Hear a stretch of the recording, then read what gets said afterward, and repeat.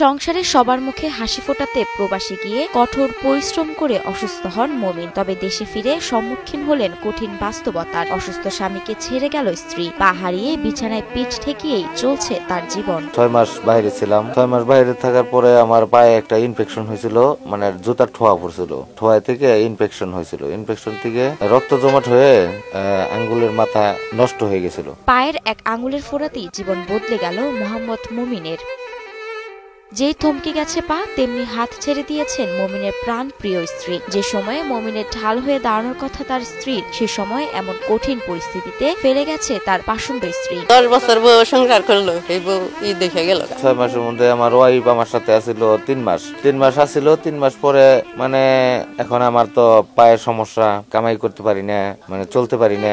হ্যাঁ, আম্মা ছিল, আব্বাই ছিল, তারা আইসা তার মেয়েকে নিয়ে গেল। পরিবারকে সুখের দিন দেখাতে ও ভাগ্য ফেরাতে 1 বছর পূর্বে সৌদি আরবে পাড়ি জমায় টাঙ্গাইলের ঘাটাল উপজেলার দিঘলকান্দি ইউনিয়নের উপলদিয়া গ্রামের আব্দুল গফুর মিয়ার ছেলে মোহাম্মদ মুমিন মিয়া। সৌদিতে পরিচ্ছন্ন কর্মীর কাজ করতেন তিনি। যা বেতন পেত তা দিয়েই ভালো চলছিল তাদের সংসার। 5 লাখের মতো দিয়েছিলাম, ওই দিয়ে 6 মাস ছিল।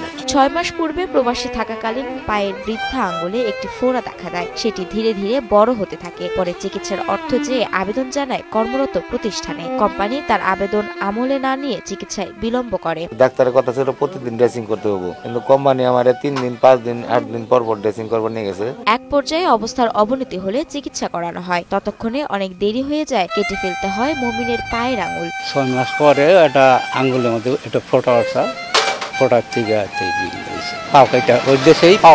সৌদি আরবে আমার চিকিৎসা করার পরে আমার আঙ্গুলের মাথাটা কাইটা ফেলায়। একদিকে কাটা পা, অন্যদিকে কর্মক্ষম হয়ে পড়ায় এক প্রকার অসহায় হয়ে দেশে চলে আসেন তিনি। দেশের একটি হাসপাতালে চিকিৎসা নিয়ে জানতে পারেন ক্যান্সার বাসা বেঁধেছে তার পায়ে। দেশের বাড়ি অটো চালাইতো ব্যাগটা বেচা কিনে নিয়ে তাদের বিদেশ গেছে ইনপাতি কইরা, তখন পায়ে হয়েছে ইনফেকশন হয়েছে, পরে পাও কাইটা ফেলাইছে। এরই মাঝে অসুস্থ স্বামীর বিরুদ্ধে নানা অভিযোগ তুলে বিয়ের কাবিনের মহারানা 2 লাখ টাকা দাবি করে ইউনিয়ন পরিষদে অভিযোগ দিয়েছেন মুমিনের স্ত্রীর পরিবার। আগে টাকা পয়সা দাও, তারপর ডিভোর্স দেবো। আমি বললাম টাকা পয়সা পাবো কোনো, আমি টাকা পয়সা তো আমার কাছে না। মরণ ব্যাধি ক্যান্সারে আক্রান্ত হয়ে মৃত্যুর দিন গুনছেন মোহাম্মদ মুমিন। শেষ সম্বল জায়গা জমি বিক্রি করেও সুস্থ হতে পারেননি তিনি। যতটুকু জায়গা জমি ছিল সবকিছু বিক্রি করে এখন নিঃস্ব পরিবারটি। আমার যা ছিল সব বেচা কিনে চিকিৎসা করছি। এখন বর্তমানে আমার কাছে মানে চিকিৎসা করার মতো আর্থিক নাই। যাওয়ার পরে যা কিছু আসার শ্বশুর বাড়ি থেকে আইনা 2 লাখ আনছিলাম,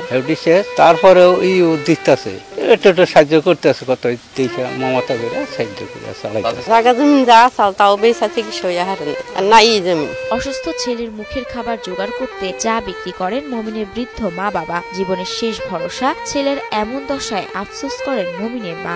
ছেলেরা যে কামে ফিরে নিয়ে আমার দুঃখ তো নাগে, একটা সন্তান আর তো নাই যে আরেকটার বাসায় থাকুন। এখন বয়স হয়ে গেছে, বৃদ্ধ মানুষ, কোনো কাজ কাম করতে পারে না।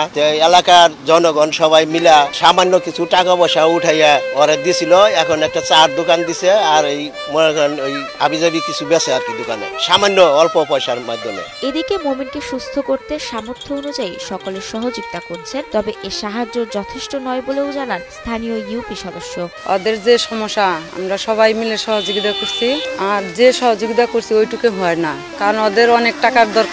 মুমিনের এ পর্যন্ত চিকিৎসায় ব্যয় হয়েছে 3 লাখ টাকা। উন্নত চিকিৎসার জন্য প্রয়োজন আরো 5 লাখ টাকা। তাই সরকার, বিত্তবান ও প্রবাসীদের কাছে সাহায্যের আকুতি জানান মুমিনের পরিবার ও এলাকাবাসী। যদি আমার সরকার, প্রবাসী ভাইয়েরা যদি হেল্প করে তাহলে আমি চিকিৎসা করতে পারবো। কারো কাছে কম সহযোগিতা করুন, তাছাড়া আমি পোলা বাঁচাবার পাইতেছি না।